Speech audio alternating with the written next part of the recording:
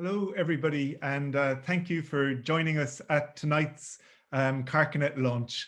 My name is John McAuliffe, and I'm really delighted to be starting off tonight's event in which we're going to launch and celebrate Martina Evans's wonderful new book, American Mules. Before I hand over tonight, I'm going to just quickly explain to you, I know many of you will be very experienced about these kinds of events by now, how this event will work. We're joined, of course, by Martina, but also by her fellow Carcanet poet, Thomas McCarthy, another wonderful poet and a wonderful talker about poetry, whose latest collection, Prophecy, came out in 2019. Before I hand over, though, there are just a few technical things for you to be aware of. One is, please do use the chat function. It's great to see so many of you already doing so, but it's really nice to get a sense of where everybody, tell us where you're watching from, tell us if spring has arrived there, as it has here in Manchester as well. And it's great to see such a good crowd already there. At the end of the event, we'll post again the link to buy the book and the discount code. You'll need to do that. And during the readings themselves, we're going to show you the texts on the screen. And you can alter that, whether you want to look at the main text or whether you want to look at Martina doing the reading and make the text smaller. So you can mess around a little bit with that yourselves as well. After the readings, we're going to have, there's going to be a conversation between Martina and Tom, but there's also going to be time for you to ask questions. So there's another little icon at the bottom of the screen, and you can pop questions you might have for Martina about American Mules or about the conversation she has with Tom, and you can pop those, please, into the Q&A function. We're really delighted as well tonight that this event is taking place with help and it's in association with the Embassy of Ireland in London, which again, as many of you will know, alongside its consular services, provides a really diverse program of events across the arts, business and economics. With Ireland's rich cultural heritage and significant historical relationship with Great Britain, the Embassy is a key contributor to collaborative creative projects here in Manchester and elsewhere across Great Britain. From the Embassy, we are joined now by the Ambassador of Ireland, Mr. Adrian O'Neill. And I'm going to invite the Ambassador, who's going to say a few words now to start off the event proper. Well, thank you, John, and thank you to everyone at Carcanet for welcoming us to be part of this very happy occasion. I also want to congratulate Carcanet for the great work they do in the beautiful volumes of poetry that they produce, and for supporting poetry generally and Irish poets in particular. And I know that a number of Irish poets publish with Carcanet, and they do a great job. So thank you for that. It's a great pleasure to be invited to say a few words this evening about Martina and her new collection, American Mules. Ordinarily, we would be hosting a launch reception in the Embassy and enjoying Martina's reading over a glass of perhaps not so chilled white wine or indeed dark Guinness in the ballroom in the Embassy. But alas, that's not possible just yet. But it is still wonderful to convene virtually this evening to welcome and celebrate Martina's new work. I've known Martina for over 3 years, having met her originally through our inaugural St. Bridget's Day celebration, which is now an annual event on the 1st of February, focusing on the creativity and resilience of women. And on the first occasion, I sat with President Higgins in the Embassy as we listened to Martina reading, and I recalled the President's delight at the wit of the poem and Martina's very amusing rendition. Martina's poems are certainly best savoured by listening to them being read by the poet herself. So I think we're in for a real treat tonight. I've had the pleasure of working with Martina on a number of projects since, including the most recent iteration of the said celebration, Bridget Unplugged, for which she kindly read Stupid as a Tenor and American Mules, both in the current collection. In advance of that particular occasion, and as we discussed the theme of St. Bridget and what she might read, I was again struck by Martina's artistic authenticity and rich imagination. She vividly recalled tales and references from various sources of folklore, but also from her own life, drawing meaningful connections between the story and imagery of a mythic Irish saint and her own human experience in an Ireland struggling with modernity and as an immigrant in the neighboring island. Her writing in American Mules effortlessly weaves together diverse imagery, narratives, and characters from the radiography units of various hospitals on both sides of the Irish Sea, from the jostling streets of London and its abundant cats, and of course from her family home in County Cork, and all rendered in her unique voice, reflecting both a sense of empathy and absurdity.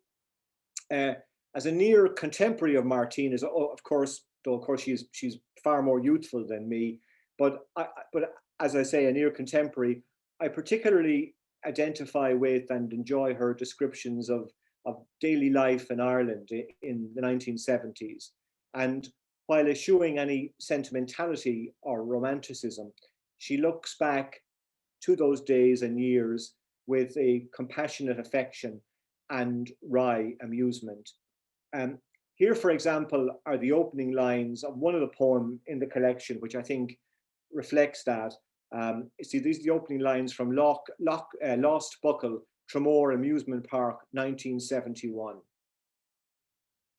Not many days out, Mass was the place for that.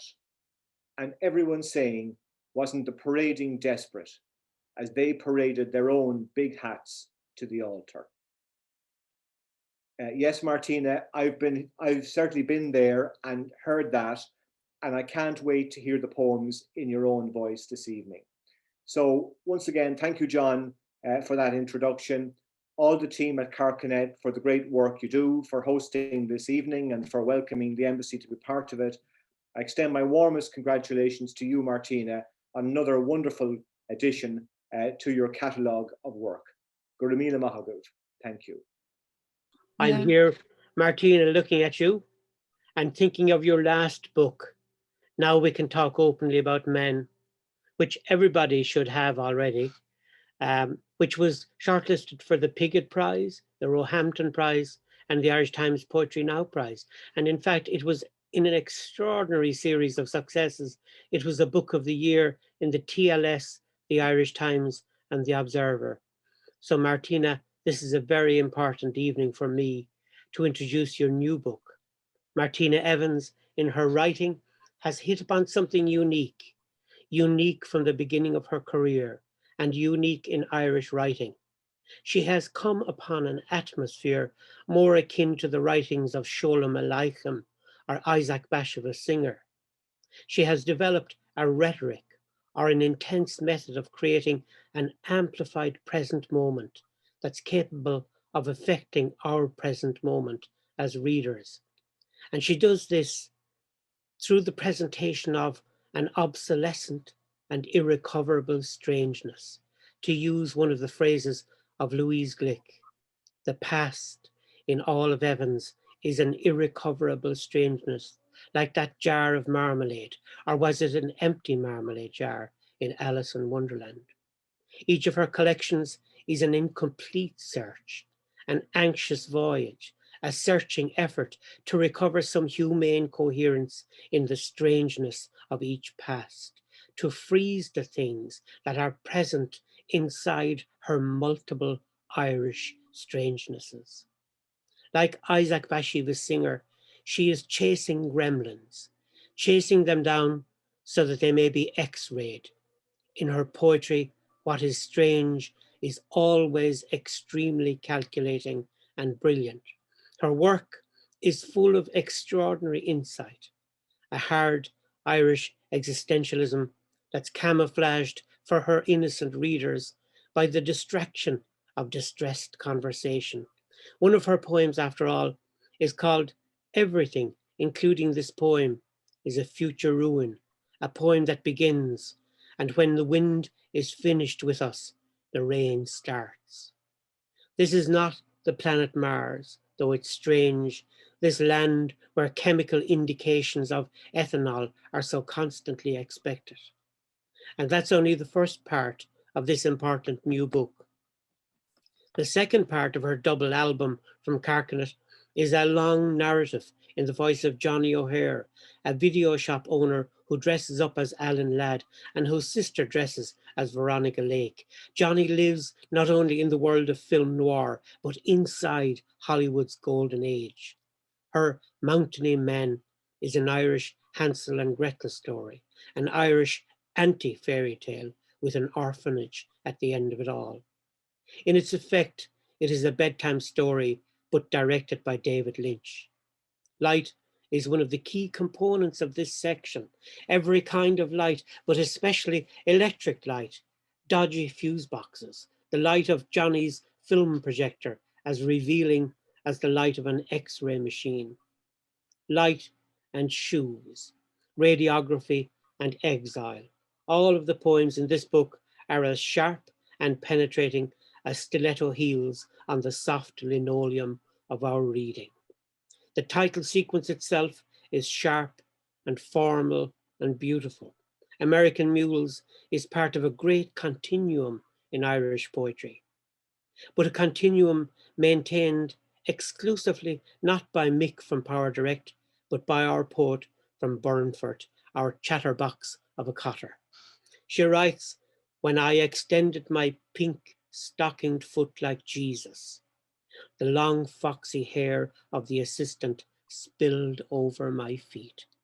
Martina Evans, I salute this book.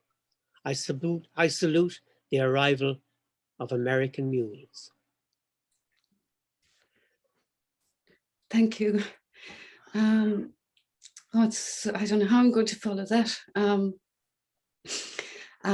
but I better read. It's going to be very disappointing, but anyway. So I've dropped my book. Excuse me a second.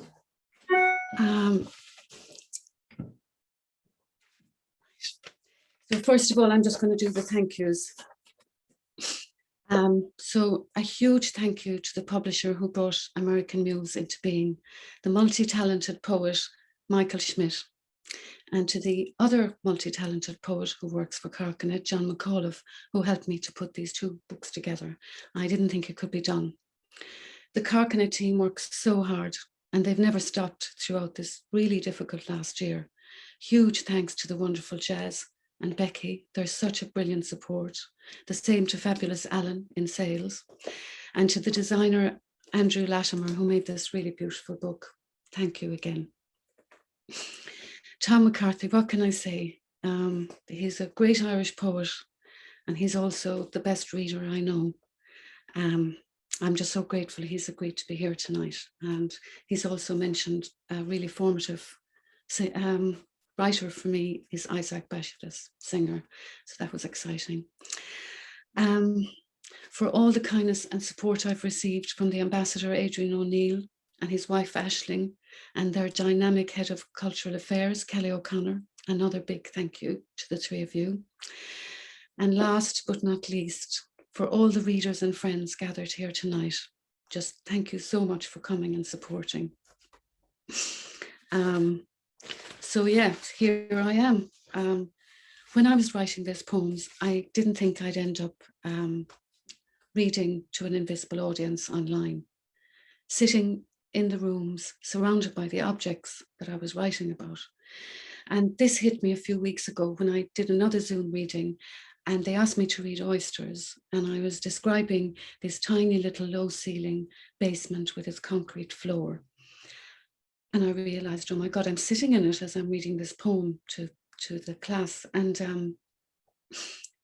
that was kind of a real strange moment for me, because I am in this basement. It looks probably like a comfortable sitting room or a study, but it's just this very, very small basement with the concrete floor and jars of sauerkraut over there and loads of cat food, but it's all been removed. You can't see it, so it's a kind of an illusion. And even when I was reading the poem Oysters, I realized that I could even exhibit one of the objects that I dug out of the garden in the poem. So the poem Oysters is a child's pram wheel. I think it's 1960s. But there isn't going to be any more show and tell. About 10 feet away was the Hackney Trident. It was there from the 1920s until 2018 when it was removed. And I've made a note of it here because most people probably know what an electrical cutout is. I didn't, but it's located at the end of your power line and it makes sure that the electricity flows safely into your property. And it also does a lot of important jobs. So the Hackney Trident was this very scary old thing that was supposed to be doing this important job. It looked like a homemade bomb and it's often sounded like a homemade bomb. And I was actually very frightened of it. And I think it might be the reason why there's so much electricity dotted through this book. There's one other term, so my first poem would be Hackney Trident. There's one other term, and that's esophageal Pharisees. It commonly happens towards the end of the late stages of cirrhosis of the liver. Scarring causes the blood can't flow properly, pressure rises, and the patient gets these distended veins in their esophagus. It is life-threatening, very frightening, and if it bursts, if you've seen it, you'll never forget it. The blood goes everywhere. Now, that's a very dark beginning to the reading, but that's as dark as I'm going to go. I promise you now, things are going to get lighter. And I'm going to read you Hackney Trident, which is not all dark because it's about electricity. Hackney Trident. I think of Liam when I stand on a chair, shaking, as I should have been, considering what I found out afterwards, that the fuse box didn't work. The current was running two ways in a loop. I think that was what the fourth electrician said. It didn't trip for 20 years, and I'd been worried all that time if I'd remember how to wind the wire if it did trip, which it couldn't. Liam's all you can afford, Martina. John was laughing. He said the same about Spud Murph and the amorous plumber. Liam was very shook inside his two big grey trousers, his legs bending like ash plants, his grey stubble, the metallic sweet smell of last night's alcohol, hands trembling on the fixtures. Will he take a cheque? Jesus, if you offered Liam a cheque, he'd cry. All of them squeezed into the van, waiting for me to fork out so they could go. He's all you can afford, Martina. After Liam, the devout Catholic electrician's white eyebrows were leaping. Did you know that washing machine had no earth? It's a disgrace for any man to leave it that way in a house with young girls. What about boys, middle-aged and old people? And that thing, the Hackney Trident, our 1920s cutout with its Jules Verne look and a habit of humming, hissing, so I didn't go down to it that much. When the devout Catholic died, his hitherto quiet sidekick son turned up flaming drunk at 8 a.m. All right, I know what I'm doing. Mick from UK Power Direct took it away in the end. He said the Trident could be very classy, but he didn't say my rusty, paint-splashed one was, although I still have a piece of its porcelain. His parents were from Mayo and Kerry, but he didn't say that until we were alone. I was lucky to have a Trident. If I was on the other side of the road, I'd have one of the Islington ones.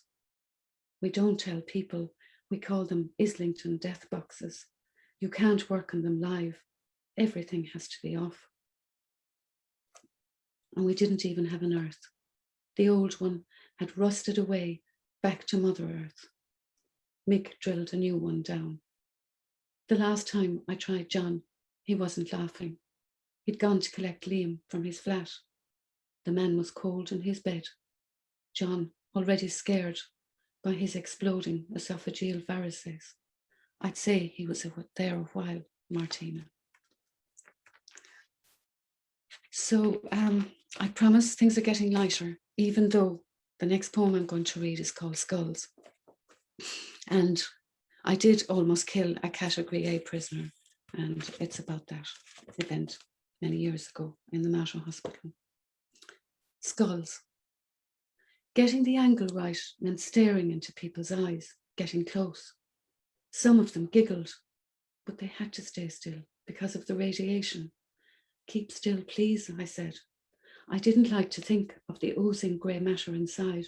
So soft, it gave me the shudders. A baby's fontanelle made my knees go from under me, the huge gaps between their bones. Sometimes junior doctors took them for fractures and scared hell out of young parents in the middle of the night. I'm always banging mine. In Belfast, I ran up and down the hotel corridor looking for 12B. The manager told me it was really number 13. But you're not superstitious, surely, he said. Not superstitious in Belfast? Oh, I am, I said. Please, can I have 12A? Which was tiny. I went in and bang against the angled ceiling. I had an egg on my forehead for the public reading. Sometimes junior doctors followed me into the darkroom for my opinion, but I fled because I was sure there was nothing in my head apart from the 19th century novels I squeezed in to my uniform pockets.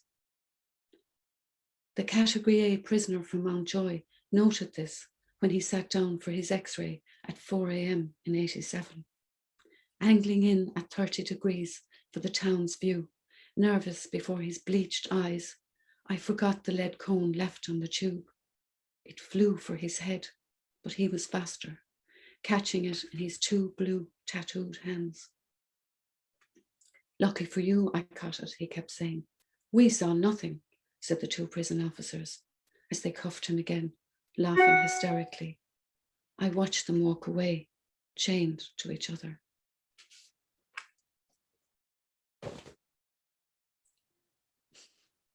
I'm going to talk to you, Martina, for a moment or two. Is that okay if we have a confidential conversation, just the two of us? Yeah, it's so strange reading to nobody. Well, everybody, I know you're there. We're all here and we're all listening to you and we're all intrigued and enchanted and highly impressed, I would say. This poetry is just wonderful work.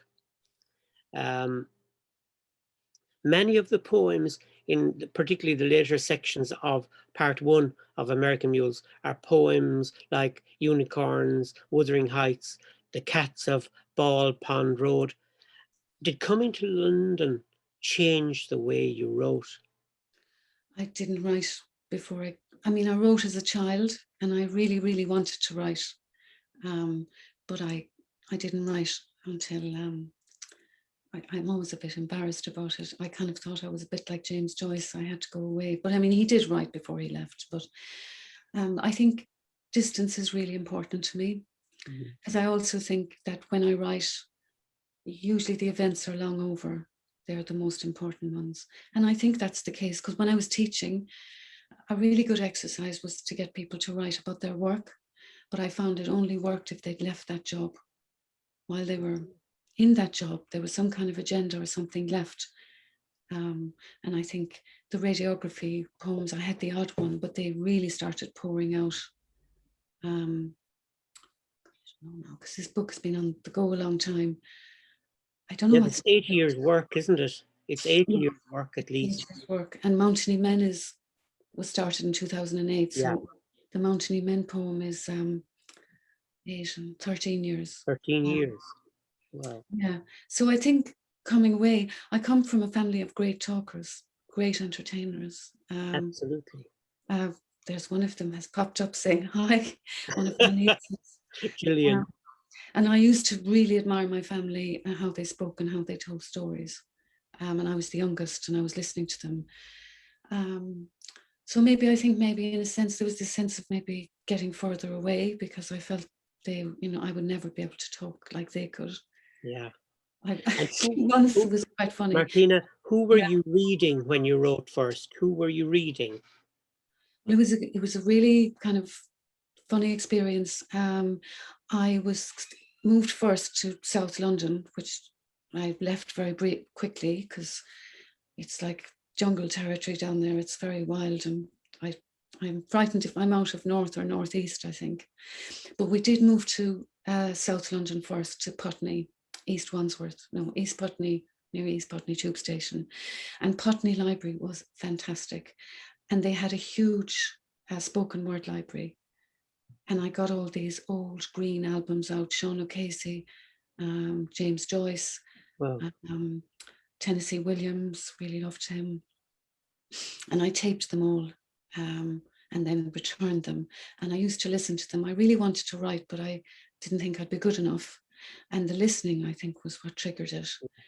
And that and when my father died, that was, and I think it's just a few weeks ago talking to Victoria Kennefick, she had the same experience of this kind of jolt. And I see it so much when I'm teaching. But I loved Isaac Bashevis Singer when I was in Ireland, when I was young. Younger than when I came, I was 26. So in my early 20s, I read all his work, and I've returned to him maybe about 4 years ago. And I'm like, God, I just think he's amazing. He was a wonderful man. Of course, the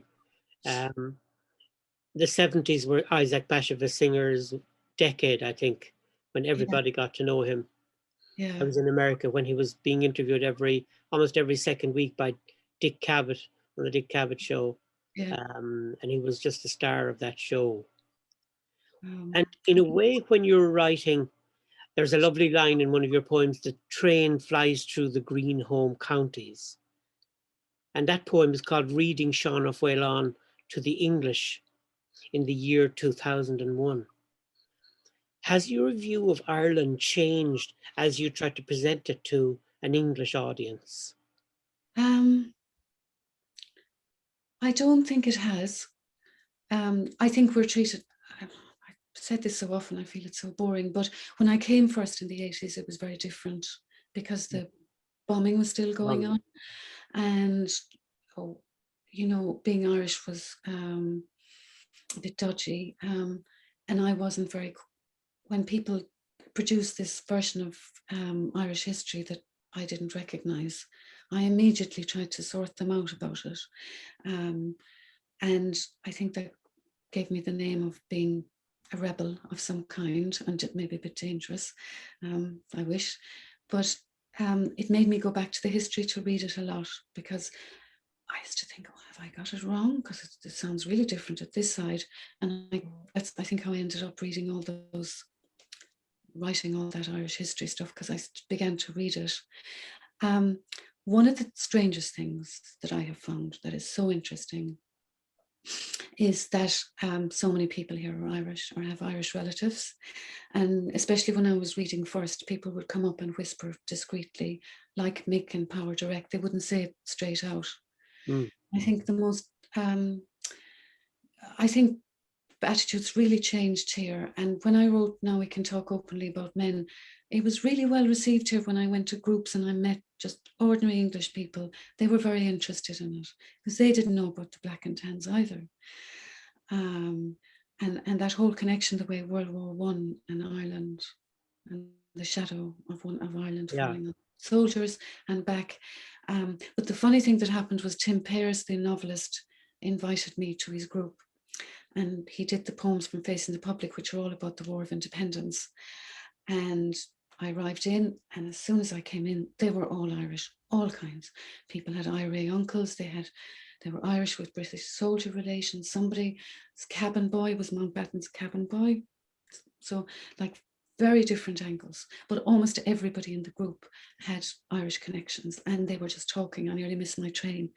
And Tim Pearce said it was really funny because the week before, when he read the poems with them, not a single person had said anything about their Irish relatives. I think we're pretty, if I go by readings, the amount of people who come up to me and say, oh, that's like my mother and you remind me of that. And they seem very English. And I'm not sure they say it all the time. Yeah. I mean, London is so infused with Irishness, so there are so many Irish memories. And I think you have begun to kind of collect them and comparatively write about them with a view of Ireland and a view of being Irish abroad. Like exile definitely gives a fantastic perspective, Now I'm just very conscious that there are people listening to us who are writers. So I know they will be curious. So I'd have to ask you, for you, what is the process? How does a poem begin? Oh God. I think over the years, in the last 20 years or whatever, I've had to work a lot. It's more pleasant these days now because I have one job with the Royal Literary Fund, which is really wonderful, and they should have been thanked. So I'm going to thank the Royal Literary Fund for everything they've done for me. But I also, so they assist, but also I'm working on the education side. So I'm actually working. But before that, I had many, many part-time jobs. I was just running here, there and everywhere, all over London. And I remember one particular morning injecting my cat with his insulin and going down to Boston University in Harrington Square, up to the City Lit, over to Birkbeck, to collect my phone, back to the City Lit, over to Birkbeck. And then all the students had the door opened because I had to rush out to get back in time to inject the cat 12 hours later. So that's really going off the point, but that's a Cotter, that's a Cotter characteristic. So a lot of writing going on, an awful lot of teaching, an awful lot of mentoring, and not much time. And so when I published first, I felt I was publishing too fast. It was scaring me. And I was after that. So going into the 21st century, I think I was working, but I was also taking it easier. So ideas would come, and it would very much be, I used to think of myself as a film director, getting everything in the can and putting it aside, and I mightn't come back to it for months and months. So the process would be that. And my friend Tim Cumming, who's a wonderful poet, he said his method, and I said, oh, that's exactly mine. Write fast, edit slow. Yeah. And try and sit in it for as long as you can to make sure it's okay, even though you still go through complete agonies when it comes out. And so you accumulate notes, you things accumulate, and then you work on them. Yeah, but they're definitely put into a poem shape. Some kind of a blob is put on the page. And I'm very infected by shape, because you mentioned American Mules. They're all like the 14-line kind of unrhymed sonnets. I remember I was just in love with sonnets, but just the shape, you know? Yeah. Because I find I don't think I like me when I rhyme, but I really admire people who can do it. Yeah. And do you have to be at home to write, or can you write in transit? Can you write on trains and railway stations? I mostly feel I have to be at home to write, but I've tried it on trains and it's okay. But I think I have to be really, really relaxed, like the coffee, and I have to be reading poetry and very relaxed. Yeah. Okay, so it comes somehow out of the fullness of yourself. Well, I don't know. I think memory's huge. Memory's huge for me. But it's not, you're not disputing with these memories. You're gathering them, aren't you? Yeah. You're gathering them. Yeah. And they have conversations with each other. Yeah. I like film a lot, you know. I didn't realize I did when I was younger, because I was a terrible daydreamer. And I was one of those annoying people who would be there after 10 or 15 minutes and would stick their head up and ask questions because I didn't know what was going on. So I used to think films were really hard because I was out of it for most of the time.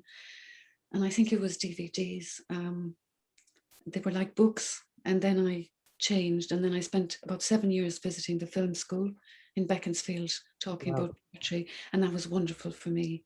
They introduced me to, I met friends there, and and I love film. And I think maybe the thing I think about film is that, people say things are cinematic, but actually film is mimicking how we work. Slow motion, flashbacks, all those filmic things, they're in the Bible. Eisenstein said he learned everything from Milton. So I think, so it's how the body works. And there are key mythical things in film which occur also in poetry. They're the same things about love and quest and searching for things and hoping things will happen and always having a task which is almost too difficult for us. And all of those things are in the characters in your poems, Anyway, I shouldn't detain you too much. I should allow you to read from Mountainy Men. Oh, right. Thankfully, this doesn't need any introduction because Tom's already introduced it. So Johnny O'Hare But let me find him. Where's he gone to? Johnny O'Hare is a Corkman, County Cork. He lives halfway up a mountain. He runs a video shop. And Tom has explained it, and you know, it'll unfold as I read it. Mountainy Men, prologue. If you tell your dream, you don't have to dream it anymore, says Alan Ladd, This Gun for Hire, 1942. I can tell you now, I've tried it, and it doesn't work. It's your subconscious, my eye. They were just overexcited about Fried in the 40s. Ingrid Bergman clucking over Gregory Peck in Spellbound, 1945, driving him mad with her fork and the white tablecloth. Well, I, Johnny O'Hare, video shop proprietor, 2008, thought if I wrote it all down, I'd get those girls out of my mind. That my sister Greta would agree what the old fella did, along with the track to the skivvy, to our bedridden mother and Blackie the cat, and how we'd have been finished if it wasn't for Mrs. Savage, the postmistress. 1. I'm not sentimental. That was cut out of me early. That was the old fella's territory, the drink territory. At the beginning, we didn't know, because the old lady said it was brucellosis. The suffering was desperate, she said. That was the rage, and we were to have the greatest pity, because no one suffered more than himself. A tractor came up the mountain, rocking on the corks of her white platforms, her purple fringed handbag knocking us all out with her old perfume called Sticks. May 76, hotter than the Bronx. Us all in a line at the kitchen table, facing into his wonky 6 feet big kitchen window, like the control panel in Star Trek. All the stars. Drinking tea under his 25-watt bulb, a tractor's hand rattling the saucer, her big curls and outsized eyes, the old fella's blue-black hand on the jamb of the door, the keys of the powder blue Cortina over his calloused wrist. She should have buttoned up instead of casting judgment on our window. You can't go into a family home and start choosing curtains for them. Stuck to the bed for 7 years. To hear the old fella speak of the old lady like that would make Blackie sick. I nearly spewed my tea, only I knew even then how to button up. Greta had her head craned, looking at a tractor with the perfume. I've lost my place. Impressed. I wasn't. We never had curtains on the big window. The old fella should have told the tractor to skip it, but he grinned like a fool. He was full of sucker talk after his nagging, and who was a tractor that he was trying to impress? A tractor used to be known as a girl. A girl could be any age, basically a servant. Some were treated rough. I heard the stories from people coming into the shop. A girl could be any age, as old as 60. She might be made to scrub a floor with a wooden brush with no bristles. She might be made to sleep in a shed and half starved. She could be attacked by the man of the house or the son of the man of the house. Girls were dying out in 76. They said a tractor was too stupid to finish school. She was hardly gone 16, I found out afterwards. 3. The first night. A tractor swaying on her stacked heels, pulling up her Solferina pop socks and going red, while the old fella, after arranging a 2-inch cream cuff on his Wellington boots, couldn't get her to look him in the eye. Long silences, and the only sound Blackie swallowing her spit. Greta thought it was great and took up swallowing her spit too. She was stone mad for Blackie's plum-coloured lips, lying down in the yard beside her, waiting for her to yawn so she could look in at her magenta gums. She was staring at a tractor's pop socks. Count me absent, I said, and took the stairs to the old lady. Hot, rainy evening, and the continuous questions. Did a tractor admire the white lilac? Did she say that blue and yellow daisies were very unusual? I hope you're making her welcome. Is he able to keep his temper? She waited for a tractor to come upstairs, but she never came. 4. I was savage with Greta. Had she forgotten the time she staggered in on the old lady's abandoned stilettos? And the old fella said he'd scourge her if he ever saw her in high heels again. Now here was a tractor wobbling all over the place like a purple peril. He only spellbound with the admiration, and Greta still with the marks from the old scourging. He had every one of the old lady's 50s and 60s costumes, hats, shoes, handbags, all locked into that woodworm wardrobe. Greta rears up on me sometimes when I ask her to put on the high heels, because Birkenstocks are very bad for business. It ruins the look, and especially for tiny Veronica Lake. Noir women rise and fall in their shoes, I keep telling her. You only have to look at Barbara Stanworth coming down the stairs in Double Indemnity, 1944, for God's sake. 5. When I can't sleep, the only cure is to go downstairs and put on a film. I've got an Epsom Megaplex projector just for Greta and myself alone. The black and white shadows pass across the back wall of the parlour that Greta's painted white. Bogie walks over to light Bacall's fag, or we're flying ourselves, watching that helicopter shot with Chickasaw, Bowie and T-Dub in the farmer's jalopy after their breakout. It helps me forget those tormented girls.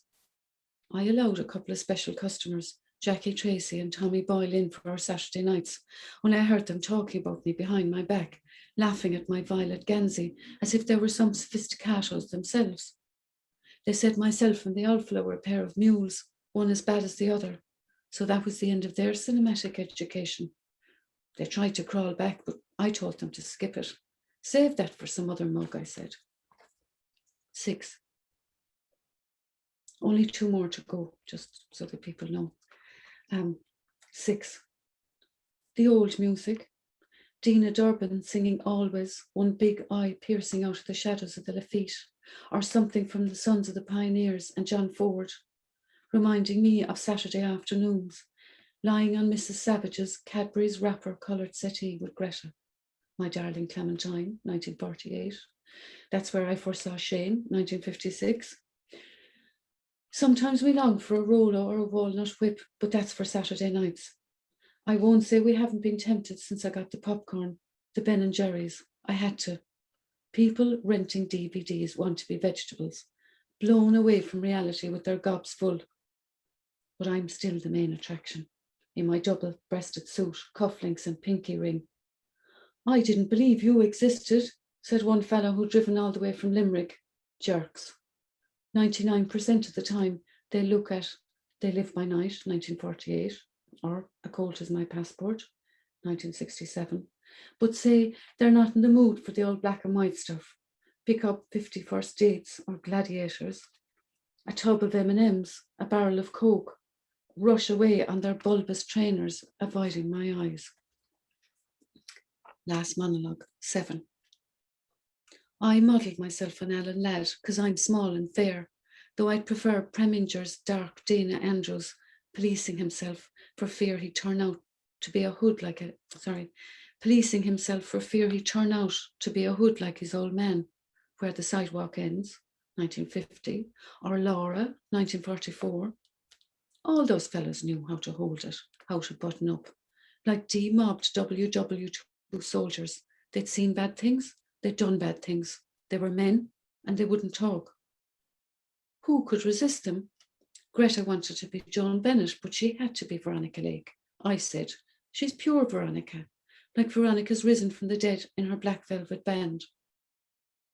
People drive up the mountain to see us, our polished library of noir, me in my grey fedora, a small but fierce knowledgeable blonde fella, Greta with her sharp shoulders and peekaboo hair, working the sewing machine.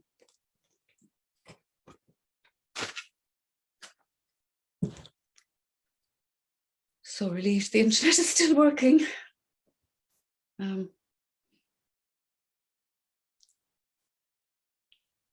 Such brilliant, all of it, such brilliant work. People are absolutely stunned. Martina, can you hear me? I don't know. I'm so worried about the internet, but yeah. Can you hear me? You can. I can. Very good. I just think people are stunned. I'm just checking here to see if there are any questions from the public. I can't see questions coming up on my screen here. But that may be an indication of just how stunned people are by the material and by how you've assembled the material. Even the detail clothing and colors and shoes. Where does all of that come from? Is that a Cotter thing? Well, it's interesting because when I did Now We Can Talk Openly About Men, I was thinking about film, and every monologue in the first half, which was during the War of Independence, was red and green. And then part 2 was after the Civil War, and I had it all in black and white. I was thinking of film. And I think sometimes I say things to students, and I think it's what I think I should be doing myself. Because I had a lovely student in Stinging Fly workshop, and her father was an electrician, and I kept saying, you've got to write poems about electricity, but I ended up writing them myself. But I think she will. She's a very good poet. But so I got into this idea of using color, and I found it like really, I loved it. And so for that, but if you notice it, it's all shades of purple, because I think that was very 70s. And also it's very Twilight for me. It's also the purple of Cadbury's wrappers, chocolate wrappers. Yeah, because they break into a shop. Yeah. It is very interesting that in one of your own writings, you tell how you weren't allowed to eat sweets yourselves, although you could look at them in the shop. Oh, you yes. You could eat all the fruit you liked, but not the sweets. So the sweets were for others, for the customers. My mother was very keen on healthy food. I mean, even when I came home from London, if there was a new thing that people were like, linseed oils were all the go. It was in Burnford from my mother. I'd hear first of all that they were making a comeback. She was always into healthy food. Wasn't that quite superior? Like, wasn't that advanced for the kind of 1960s and even the 70s in Ireland, you know?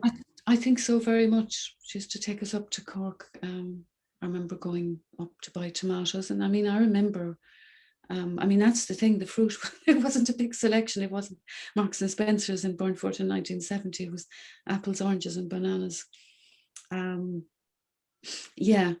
So I suppose temptation and desire lies behind stories, doesn't it? Oh, it does, yeah, it does. But also it is a tribute to your mother's kind of superior thinking, you know, on these matters. I mean, it's a tribute to your mother, really, and how careful she was in terms of your upbringing and the upbringing of her children. And it is true that, I mean, I have to say to people who might not know it, but the Cotters of Burnford were quite a kind of superior people, weren't they? I mean, in a sense, very superior. And so, do you feel in exile there is a loss of some of that? I never felt superior in my life, I can tell you. Never, never. Absolutely not. And I don't think my family felt superior either. I'm all very worried. It is interesting that it was always accompanied by anxiety about how to face the public, which is an interesting thing that you have always brought through in your work, a kind of anxiety about existence. And that's what I mean by a sort of quite a camouflaged Irish Beckett-like existentialism and anxiety about being, which is there in your work. And are you conscious of describing that anxiety? I tell you, last year I've been thinking more the existential angst is almost unbearable, I think. I always think I'm just very busy, you know. There's a lot to be done. It's not removing the Hackney Trident. It's I have a long list of jobs to do in the house. God, this is a very mundane answer. No, it's very interesting. I don't know. I mean, you have written such wonderful prose, and now you have written such wonderful poetry in the last few books. That doesn't come from a lack of work or any kind of idleness. It comes from a busy sense of the dynamics of writing and the dynamic of accumulating words and arranging words. So I'm just curious as to where that incredible dynamic comes from. No, I do like reading an awful lot. I don't know. I do think, I suppose, I'm conscious, I suppose, from a very young age that I mightn't have existed because I was a mistake. I don't know, would that be it? Well, I mean, that is a ferocious anxiety. Yeah, maybe. I don't know. I think trying to work things out. I think maybe being the youngest of 10, everybody had a slightly different version of every story. And I was trying to figure out what was happening. And I think being the youngest, you didn't get told many things. And I saw this interview somewhere with an American writer, and she wrote this thing, Dorothy Allison.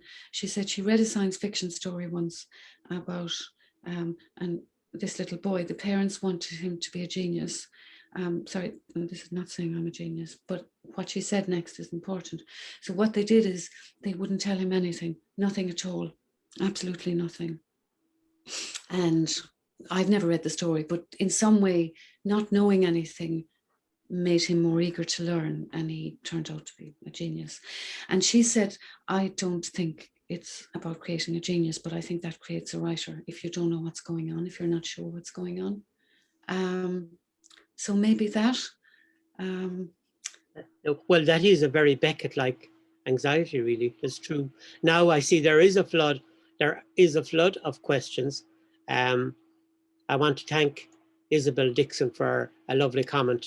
Who is enjoying the conversation.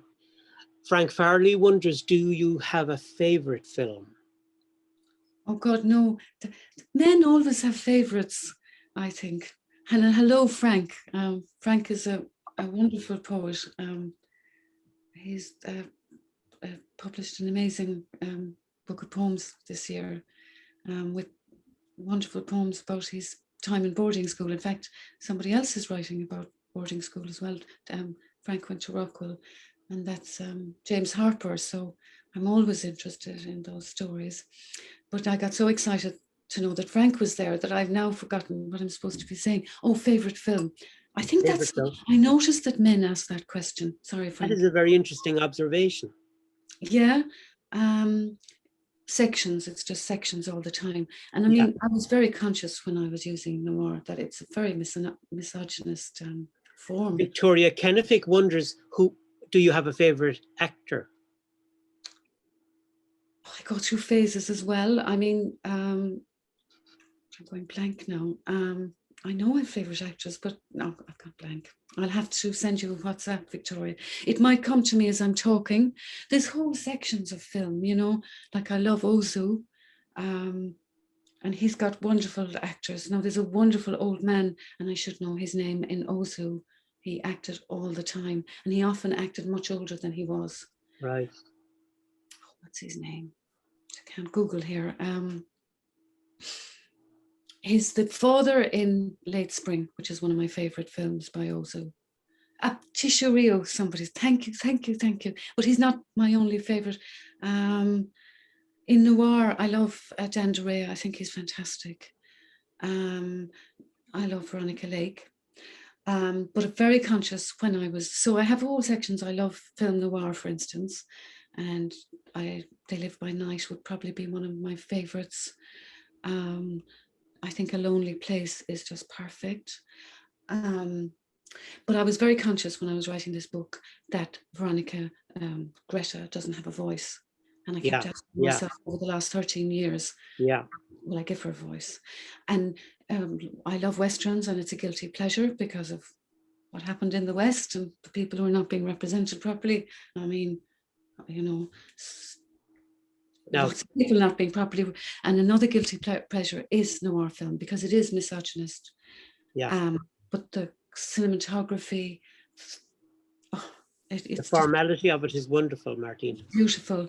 Yeah. And it's very, very interesting. And I think, Carol Lombard, somebody's mentioned Carol Lombard. See, again, I love the Screwballs, and she'd be a huge favorite. Oh, that was Leodon.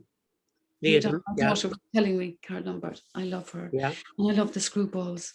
Now, Karen Thomas asks the question, Martina, when you're preparing to write poetry, do you think in scenes, in characters, in atmosphere, or in rhythm? Who asked that? Karen Thomas. Oh, I know, Karen. I hear voices like dialogue, Okay. and that's the rhythm. So I have to go with that voice, that demotic, ordinary voice. You know, I had a terrible agony over that hysterically that I put into Skulls, because you know he's breaking the rules, and I'm still anxious about it. But I went in the end. So the demotic. So it's various things. I do think in terms of scenes, and I think it's very useful for anyone. Okay. So that might be linked to Jerry Malumpi's question. Is there a play on the horizon, Martina? For example, a play of London Irish life? No, you know, it's so hard to write and be good at anything. And I felt really guilty when I was writing novels that I was two-timing poetry. So I have a kind of and actually I noticed Bill Swainson, his name came up earlier. Yes, and Bill has asked the question. He says, Martina, that's a wonderful sequence. Your poems are full of characters and stories. And Bill Swainson wonders, has that always been the case? That my poems... That they have always been sort of characters. Does he think there's more now because I'm stopped writing novels? Maybe. Possibly. And he is someone I should thank, because he was somebody who helped me very early on and edited me at Anvil, and we all knew Peter J, who's our wonderful editor, both of you and me, Tom. Yeah. And I think it was Bill that got me to apply to the Royal Literary Fund. So I'm still standing probably because of Bill and the Royal Literary Fund. So many things to thank people here for tonight. But Bill wanted to answer to the question. I wonder about it too, because I think my poems have got fatter since I've stopped writing the novels. And I really want to write little poems, and they're just big things, you know. Yeah. I mean, that's what I was saying to you the other day, you know. I you know, after now we can talk openly about men, I was imagining that I'd be producing these little tiny perfect things, but they're all talking too much and everything. So I think Bill might be right, but I'd be afraid to venture into play. I mean, people have, from the beginning, people mentioned dialogue to me, writing plays or screenplays. But I just want to be good at one. If I could just be as good as I can at poetry, you know. In the beginning, I was afraid that I wouldn't be able to survive without earning money from novels. But then I found out they don't earn much money anyway. So, and just gradually growing. But I'm sure the writing of those novels, and I learned so much from Bill along the way, and all of that must be going into the mix, you know. Well, I mean, I think the voltage in your poetry comes from that kind of character excess of anxiety, people coping with that. I mean, it's an interesting method. Anya Niconnell has a question which you may or may not want to answer, but she says, was there an actual video shop or Johnny on which Mountain in Men was based? No, I made him up. And actually, there is something that might answer Bill's question a bit better. And I said to you, to Tom, the other day, Mountain in Men was originally a novel. It was the last time. So when I was writing for the Irish Post, Martin Doyle asked me to write something for Christmas, and it was about Christmas in County Cork. And I was contacted by someone who was an orphan, and he and his siblings, I don't know what part of County Cork, it was back in the 20s, I think. The mother died, and the children, the father married again, and the first 4 children were put away into an orphanage. They were split up. They never met. They get, like a lot of orphans, they came to England, and I've interviewed quite a few. I did some interviews for Dermot Healy. They got together again, and he told me his story, and it was just drove me mad. You know, it was so upsetting, and And maybe a bit, maybe the mistake in me knowing I'm a mistake, or that I mightn't have been born, this idea that you mightn't be born, or all that kind of thing. Maybe that was in there. So it set off something in your mind. And I was talking to a friend of mine who was actually adopted, and he said, oh, look, why don't you just write about it? And I didn't know how I could put it into a poem, so I started writing a novel. And then it was a novel, I wasn't happy with it. And I'd already written Petrol, and I loved this form, this kind of long poem, narrative poem, monologues. I felt it suited me. So I broke it down into prose poems. Then Martin Doyle asked me for a story, and I love, this is the short story section here. I love short stories, but never write them. And because I think people have their form, and I feel this is my form. So I thought, well, I'll try a short story. So I took Johnny O'Hare and I made it into a short story. And I didn't think it was right.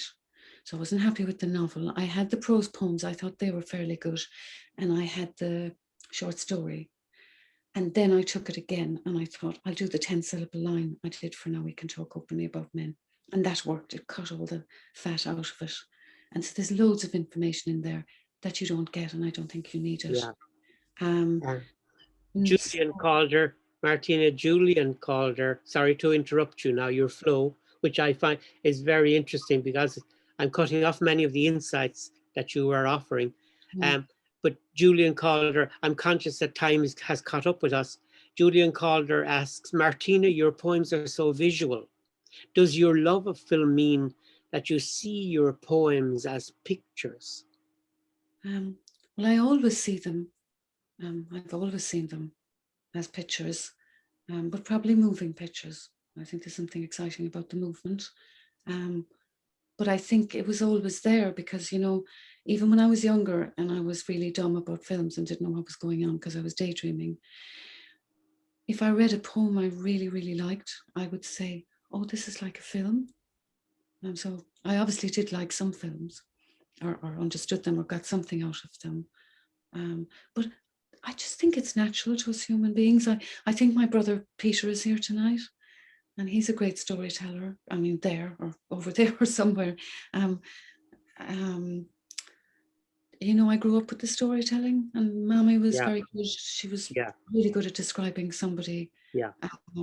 Dialogue, comments. You know, I can still remember lines they said from years ago. So I look at the shape on the page.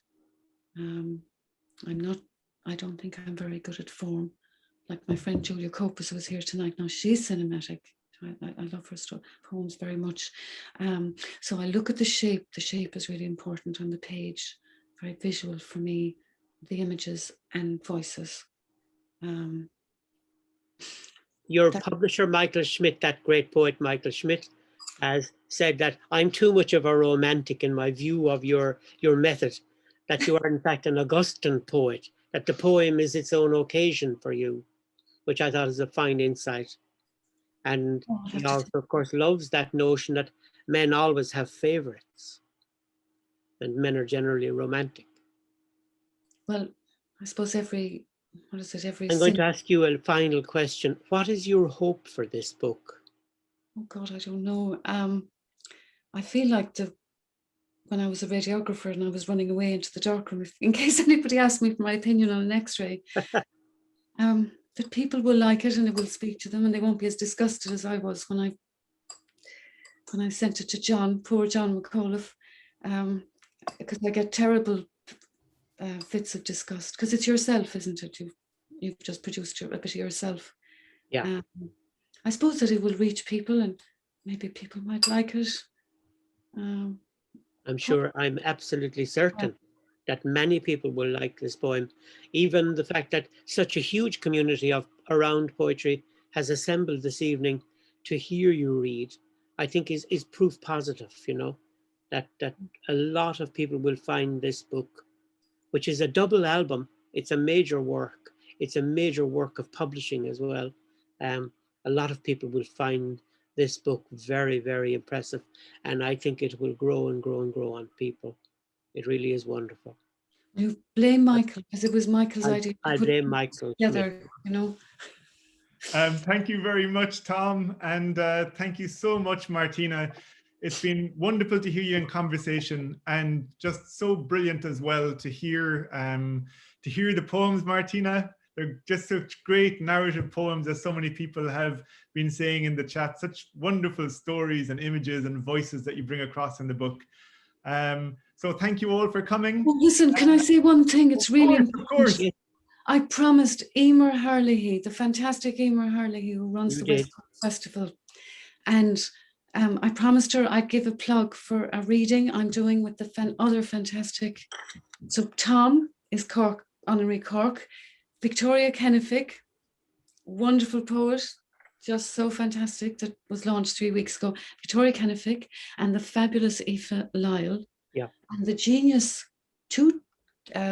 Sean Hewitt and John McAuliffe, 5 of us. We're going to be that's right. Give a link or something. Yeah, that's right. On Poetry Day in Ireland. That's right. Yeah. National Poetry Day. Exactly. Exactly. So support those festival people who work so hard, like Emer. Here's my glass. Good work. And we'll be raising glasses to you all around the place, Martina. And it's brilliant to see the book again. Here it is, and you're going to get an email, everybody who's attended in the morning, just with the link again to where you can buy a copy of American Mules. We're going to be back next Thursday with an unusual book, and you can find out more about the book on the website. It's the artist Stephen Raw. And the book is from photographs from Rust, where ferrous metal meets water and air. And Stephen's going to be in conversation with the curator of modern art at the Whitworth Gallery, another old friend of Carcanet's, Mary Griffiths. And you can find out more about that event on the Carcanet website. But for now, we'll leave the chat open for a minute or two, because I know many people are popping notes into you, Martina, which we'll pass on to you as well. But thanks, everybody. Thanks, Martina, and thanks so much, Tom, and also to Ambassador Adrian O'Neill for his support tonight.